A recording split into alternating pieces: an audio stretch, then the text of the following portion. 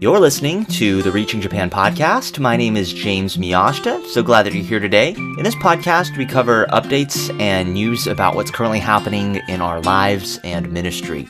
You can find us on the web at reachingjapan.com, facebook.com/reachingjapan, and twitter.com/reachingjapan. Now, if you haven't already, please leave us a review for this podcast so others can find it as well and join us on the journey of reaching Japan with the gospel. Thanks so much for tuning in. Here's what we're going to be talking about. On Tuesday morning, I left Niigata to head to Nagoya to see if I could get a little bit more understanding about how the city is laid out. I had set up several appointments with churches and ministry leadership there.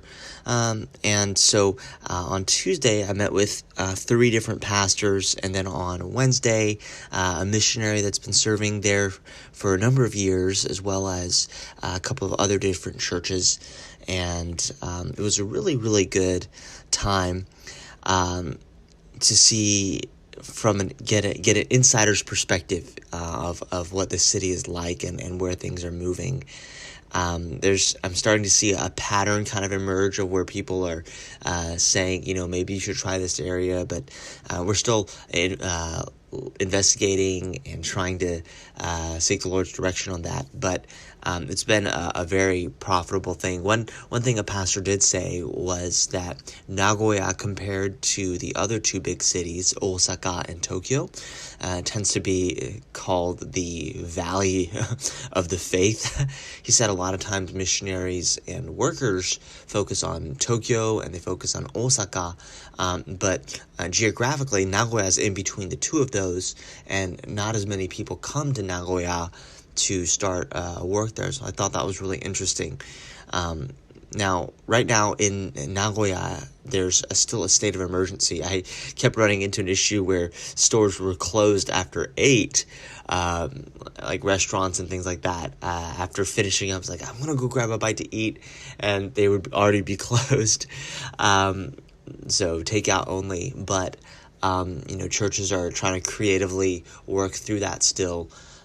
It went into effect in January, and then it got extended. But it seemed like, churches are really working through that and how to digitize things.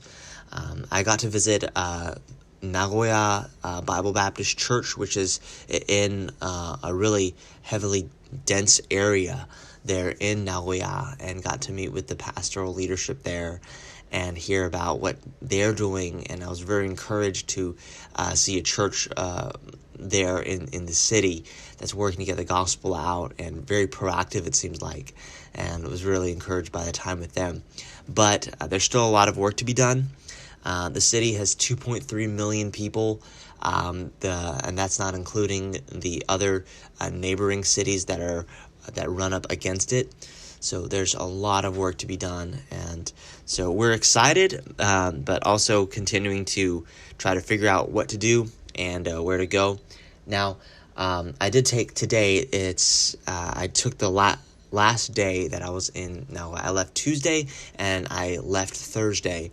But on Thursday, I decided to go ahead and take some time to get some video footage to prepare for our furlough, as that's coming up soon. One of the things that we wanted to try this time is, we tried this before, but it didn't quite work out as expected, was these virtual reality videos that you can put up on YouTube, where it's like a 360 photo. Maybe you've seen on Facebook where there's kind of like a panorama and you can kind of scan around. Well, you can do that with videos. And so we did this, I think about 2 years ago, where we had like a 20-minute, we call it a VR missions trip. And I think the weakness in that was, it was just too long for someone to just stand in one place with a headset on.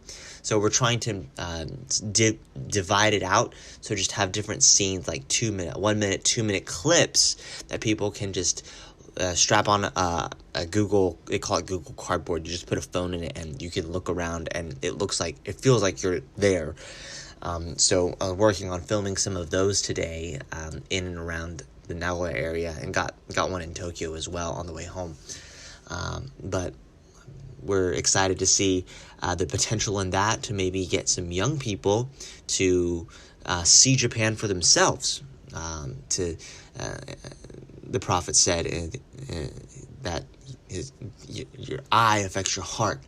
And so on our furlough, we want to focus on recruiting people and sharing the need and allowing people to see that firsthand. I think might be a powerful way to do that. So pray that the Lord uses those as well. But I'm now back in Niigata. I just arrived back. It's Thursday night over here now, back this evening, and we're making progress towards our stay home event that we've got planned next month. Please continue to pray for that. We begin recording and putting together a lot of nuts and bolts for that in the next week. So do appreciate your prayers. Thank you so much. And thank you for tuning in today. So that's a little bit of what's been going on here. Now, if you have any questions or comments about what we talked about today, I'd love to hear from you. I will do my best to answer those questions on this podcast. You can always reach me via email. My email address is james@reachingjapan.com. That's james@reachingjapan.com. We are honored to serve under the direction of Vision Baptist Church and Vision Baptist Missions in Alpharetta, Georgia. If you're looking for a way to take your next step in ministry or missions, please reach out to me. Thanks for tuning in today. We will see you next time.